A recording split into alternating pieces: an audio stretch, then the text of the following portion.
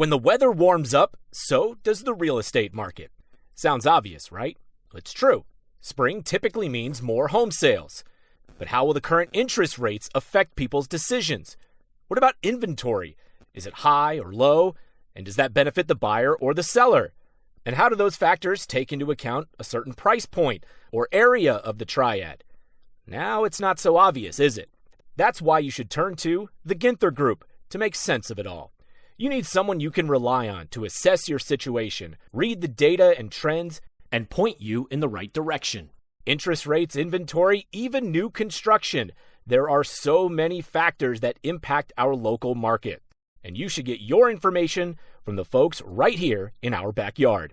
Contact Blake Ginther and the Ginther Group today, 336-283-8689, or visit theginthergroup.com. Buying, selling, investing, or just learning, whatever you need, start now. And like me, you can become a Ginther Group client for life. She's a typical golf mom, giving me snacks on every hole, making sure I had a cold towel in the summer, and she'd still do that now if I didn't do it all myself. This is the Triad Podcast Network. Macy Pate is my guest today, sophomore on the women's golf team at Wake Forest, off a recent appearance at the Augusta National Women's Amateur. And just before the ACC Championship gets underway at Sedgefield, Pate set the state record a few years back in high school by carding a 14 under 57 as a 16-year-old at the Central Piedmont 4A Conference Championships while attending Reagan, and the 2024 ACC Freshman of the Year and All-ACC selection. Macy's low round is a 69 this year with the Dakes. That includes 2 top 10 finishes and 1 inside the top 5. Macy, welcome to Triad Sports One-on-One. We're happy to have you here, a local legend of sorts, connecting the dots after speaking to your head coach, Jay Allred, a few years back ahead of getting an old teammate of Morgan Ketchum on the program. But tell me, were you happy with the result at the Masters this past weekend with Rory McIlroy securing the career Grand Slam? I was excited for him. He wasn't my initial pick. I was sort of pulling for Bryson. Me and my teammates kind of did like a little Masters fantasy pool, and I came in 9th out of 11. So it wasn't a great week for me, but I was happy for Rory at the end. Oh, it is music to my ears to know that you, much like myself, are part of Team Bryson. I mean, I am. I am the captain of the Team Bryson fan club. I might have some competition though. With Macy Pate. Yeah, you might have me. I don't watch a lot of golf, but okay. I am a fan. Well, tell me about how the love and attachment to the game of golf started, because I understand your 2 older brothers, Eli, the eldest, and then Connor, may have aided a competitive environment that helped to mold you for sure. But it was the bond with your father, Chris, that maybe most ignited the flame for you to pursue golf as more than just a hobby. Yes, like you said, my brothers were always anything was always a competition. They used to time me at how long it would take me to go get them a snack out of the kitchen, and I would always fall for it. I don't know why, but so I was just kind of following them around, playing whatever sports they were playing, especially Connor. Following him to watching him play basketball or run track and field. So I did both of those sports, and then my dad just started kind of taking me to the golf course. He started with letting me putt, and then he would let me chip, and we just kind of worked our way up, and I just kind of fell into the obsession that most golfers have, and just started kind of wanting to be out there more until they started dropping me off and letting me stay all day or letting me be by myself out there, and that's kind of when I was almost forced to fall in love with the game, being out there by myself. How do I entertain? How does a 10-year-old entertain themselves at the golf course all day? So making up contests with myself or playing with members was whenever golf became it for me. Yeah, so cool. My daughter's 9, so I'm just I have kind of a comparison in terms of what you were doing and maybe what she isn't doing right now. But I did put a club into her hand as young as, might have been 2-3 years old, but haven't gotten her out yet this year. I need to get her new clubs because she's growing so fast. So exactly, it's tough. How often are you and your father playing now? And then what courses did you cut your teeth on prior to gaining this knowing that, hey, I might have a future in this thing? Yeah, so we don't get out for many rounds now. Not long after I started, he didn't really play much anymore. He kind of focused on me. But now I have a nephew, so he's got his first grandson, so he's all in loving that. So we don't get out much anymore, but we're constantly talking about golf. We were at lunch, yesterday with my family, and we're talking about how am I going to get better with my chipping. So I mean, it's always kind of what we're talking about and what we're thinking about. When I started, nobody's going to know what this place is, but I started at a golf course called Willow Valley it's in Boone on the way towards Linville. It's just on the side of the road. It's a little par 3 course. The greens are awful. They maybe roll a 7. It's rough. And I started out, hitting driver from the red tees, and on every hole and not reaching the green. And so I was just out there with my dad playing, every weekend was kind of our whenever we started.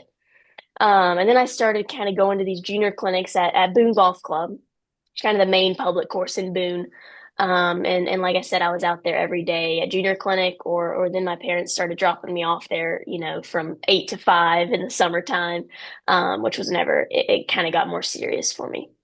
Bermuda Run West was the course where you had set the NCH SAA 18-hole scoring record a Mhm. few years back in 2021.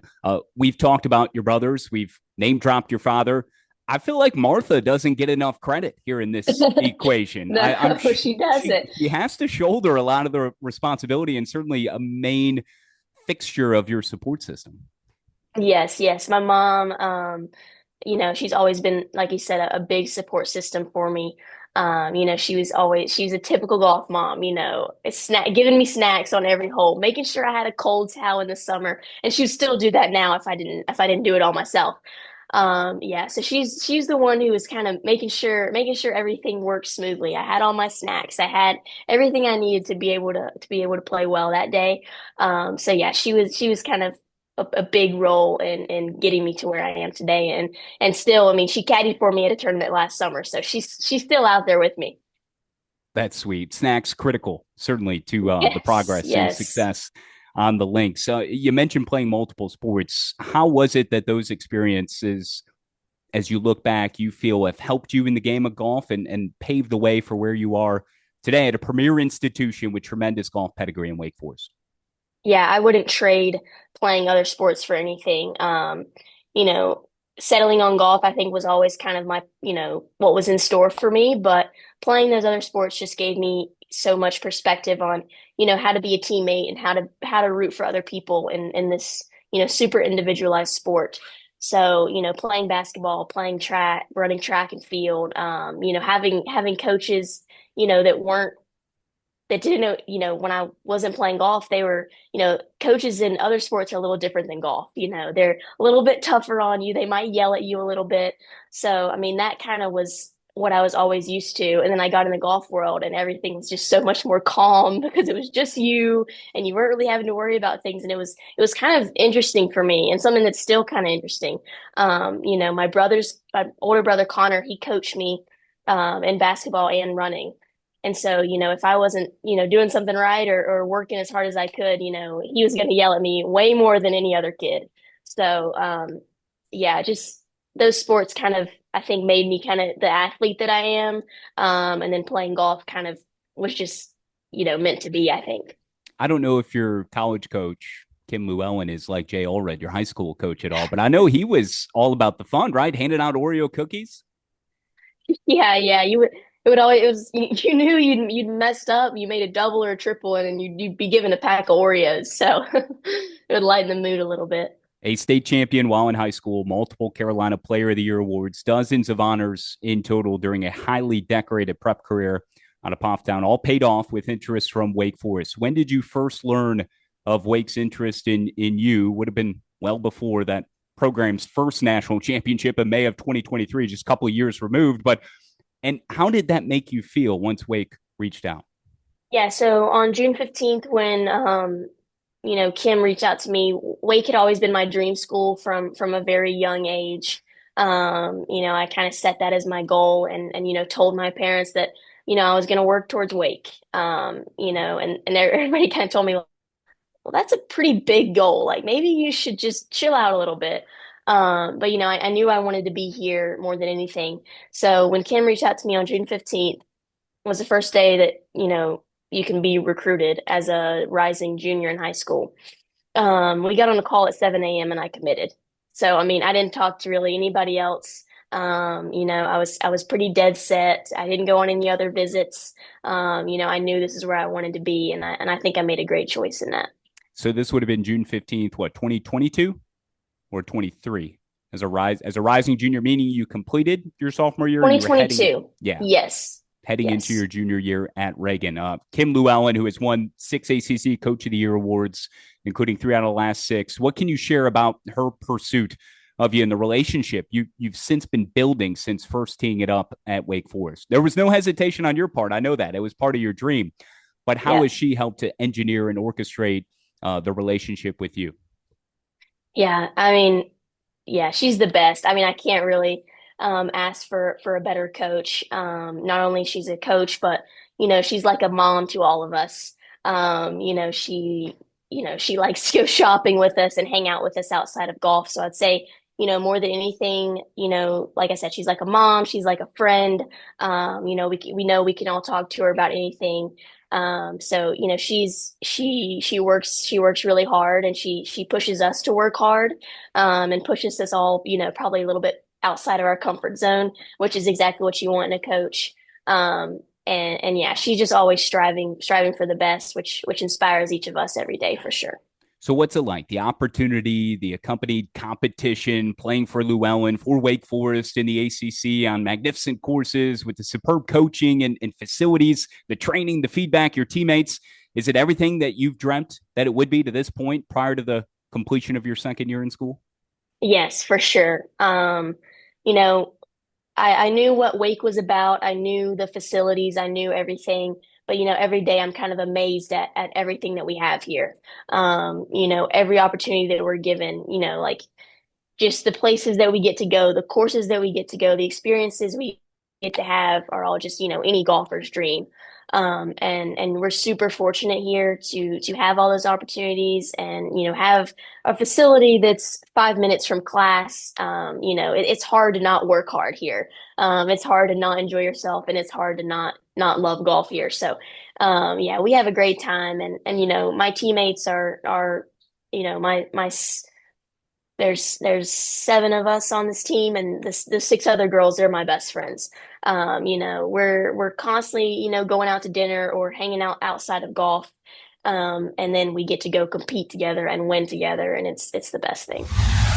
Springtime brings so many special occasions, so why not spring into Dewey's for all your celebration needs? From custom, unique cakes to balloons and party tableware to the perfect gift, Dewey's is your one-stop shop in the Triad. Even if you don't have a big event on the horizon, it's always a great day to stop by your local Dewey's Bakery, especially on Mondays for a free Cake Square Day. No purchase necessary and available all year round at any of their Triad area locations in Winston-Salem at Thruway Shopping Center and Renolda Manor, and in Greensboro at the Friendly Shopping Center. Need to place that order now? Visit local.deweys.com, and as a listener of the Triad Podcast Network, you'll receive 25% off by using the code PODCAST. Our friends at Dewey's are always finding great ways to give back to our local community, providing millions of dollars to nonprofits. Your organization can also partner with Dewey's to raise money. Just email cake@deweys.com to learn more. Don't miss the chance to make your event even more special with an order at local.deweys.com. Use the promo code PODCAST for 25% off. Dewey's.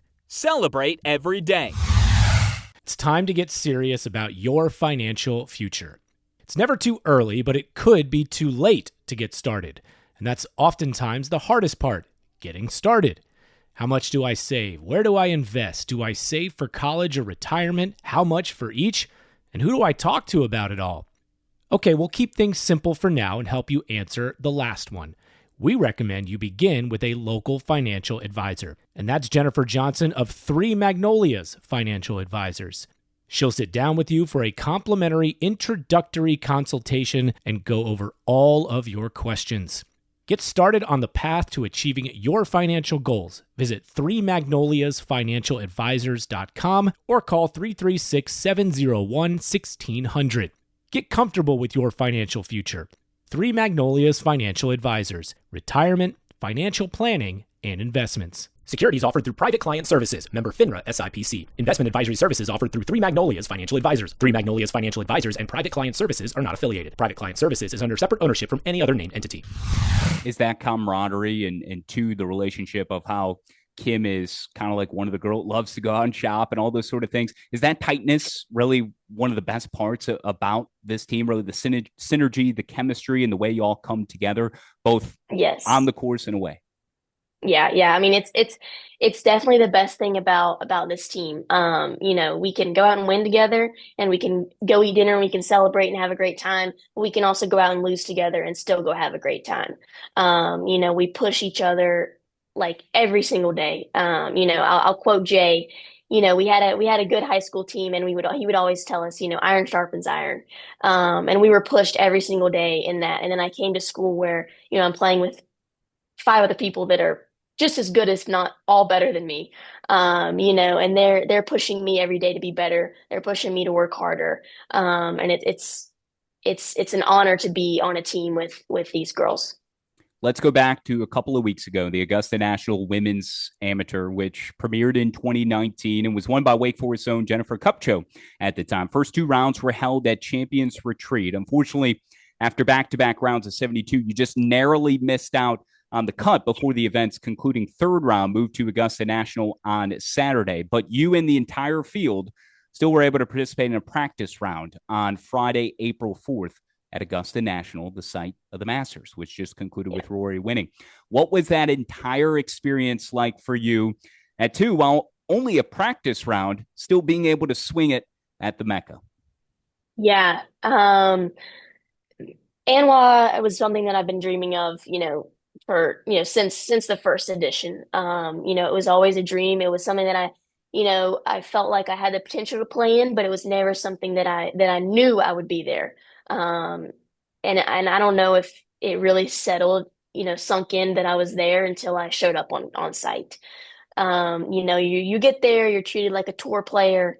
You're signing autographs, you're doing all this stuff that you don't really see in college golf. You're standing around with, the top 71 players in the world. So I mean, it was just really cool. The whole week, I was really just trying to take it all in. I played 2 really solid rounds, and 1 shot. I mean, that's golf. I can think of 7 different times that 1 shot could have been avoided, and I would have been, playing on Saturday. But I've told people, if you would have told me, hey, will you take 72-72 at Champions Retreat? Would you do it? I would say yes every single time. I mean, it's a super tough golf course, super long. And when you step on site, you feel this sense of like, I got to make the cut. And you feel the sense of like, I can't miss a golf shot. And so you have to really kind of get those things out of your head and pretend like it's any other golf tournament, and that you're not trying to play Augusta National on Saturday. So, I mean, it's super tough, but, when it ended, I can't wait to be back next year and have the opportunity to play again and play Champions again and hopefully play Augusta on a Saturday. And the affectionate shorthand for Augusta National Women's Amateur. The event was established, according to their website, quote, to inspire greater interest and participation in the women's game by creating a new, exciting, and rewarding pathway for these players to fulfill their dreams, which brings me to the state of women's sports and women's golf. Take this in whichever direction you'd like to go. I know you're a massive advocate for the growth of the sport and women's sports in general. Do you believe the Augusta National Women's Amateur has done that? And how would you describe the state of women's sports currently, especially golf at this stage?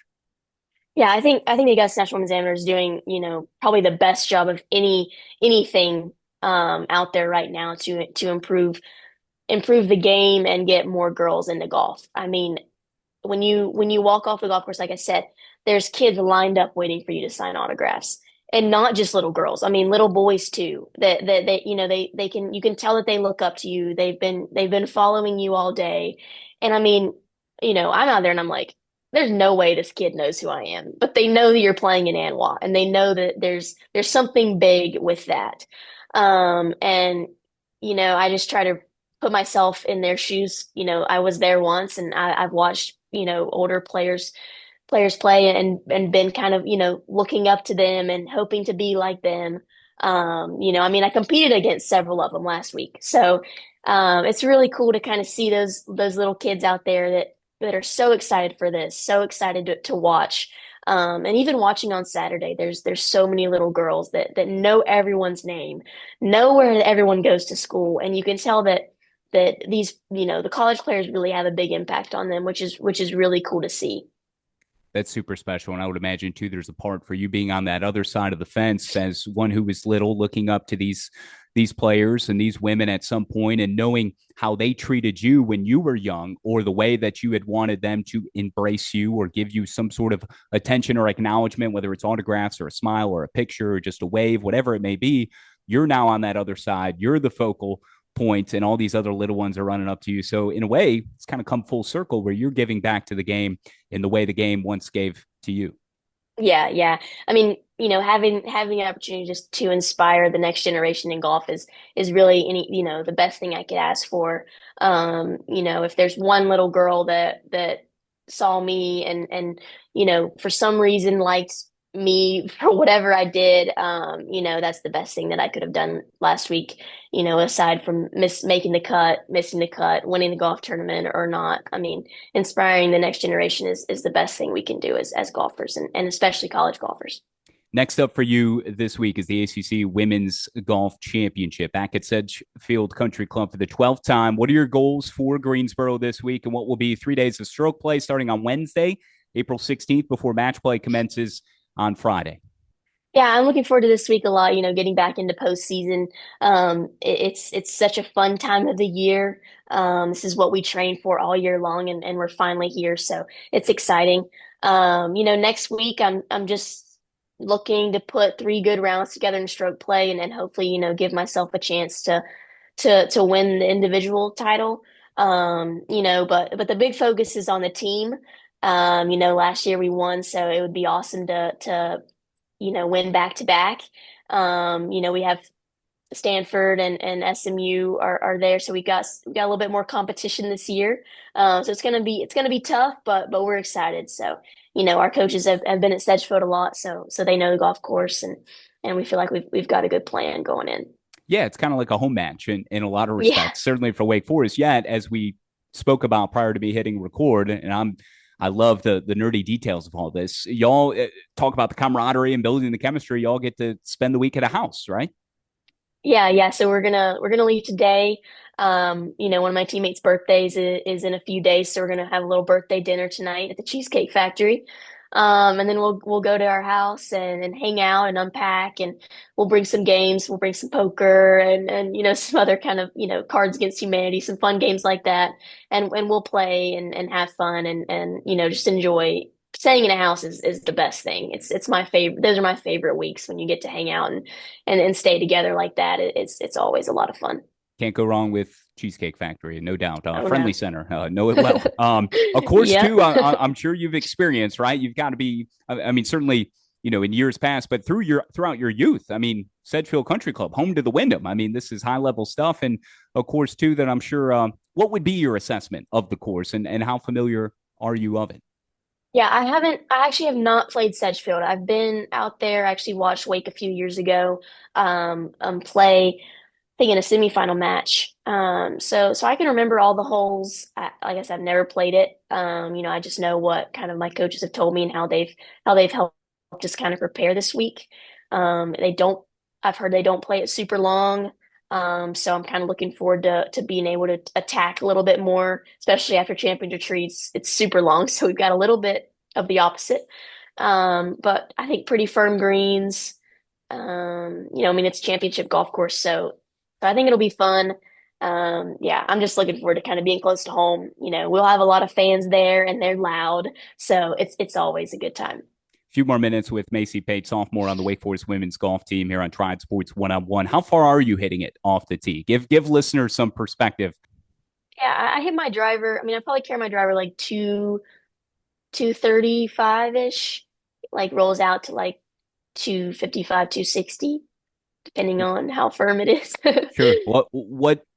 How would you characterize your game in terms of biggest strengths and what you feel like you're constantly working on the most? And maybe it's not as much as those who golf, and we all have, I feel like in some kind of novice realm. I mean, I try to play once a week, at least throughout the summer, and I'm, barely cracking 90. But still, it's the mental aspect of it, Yeah. So what is it? Where do you feel like you're most strong, and where do you feel like you're constantly trying to, needle and tweak and get better at? Yeah, I would say my biggest strength is probably my ball striking. I tend to hit a lot of greens, which is nice to have opportunities. But I'm always working on my short game. That's kind of my biggest thing that I'm always working on. Recently I've been working on my chipping a lot, trying to get up and down more. Shout out to my dad. Yeah, that's where it all began. Any rituals or superstitions? I'm not the most superstitious. I used to be, but I've really tried to get out of it. I'll always kind of use a ball marker that's meaningful to me in some way. I have a lot of different ones, but I'll usually use one that's somehow meaningful. Do you have a favorite golf movie? Happy Gilmore. Okay, Of thank course. you. I mean, from Team Bryson to Happy Gilmore, I think we should just end on that right there. Yeah. Finally, this season, course. I know an ACC title, a national championship is the ultimate prize. You're most locked into securing now. But long term, what is it you most want out of your golf career and in the future after you depart from Wake Forest? I know you don't want to look too far ahead. You want to be present. But will Macy Pate one day be in contention for a major championship in the LPGA? Yeah, I mean, that would be the dream. After school, I hope to turn pro and play for, 8 to 10 years, depending on kind of life and everything. But yeah, that's always kind of been my dream to be able to play on tour amongst people I've always looked up to and hopefully be someone that little girls can look up to themselves and like you said, being in contention in a major championship on the LPGA would be a dream come true for me. That's awesome. Macy, you've been fabulous today. Wishing you all the best this week at the ACC Women's Golf Championship as Wake Forest aims for a 4th title in the last 7 years and what should be a 7th consecutive NCAA tournament berth as well. All the best the rest of the season, Macy. Thank you so much. Hey, thanks for listening to this episode on the Triad Podcast Network. Our mission is simple: provide information, advice, and stories about the people and places that make the North Carolina Triad such a great place to be. You can find us by searching Triad Podcast Network on Apple Podcasts, Spotify, pretty much wherever you like to listen. If you like what you heard and want to support the show and those that contribute, we would truly appreciate a rating and review on your favorite podcast app. It helps spread the word along, as do your shares on social media. You can find us on Facebook, Twitter, Instagram at Triad Podcast. To get in touch with us, simply email info@triadpodcast.com. Thanks for listening. This is the Triad Podcast Network.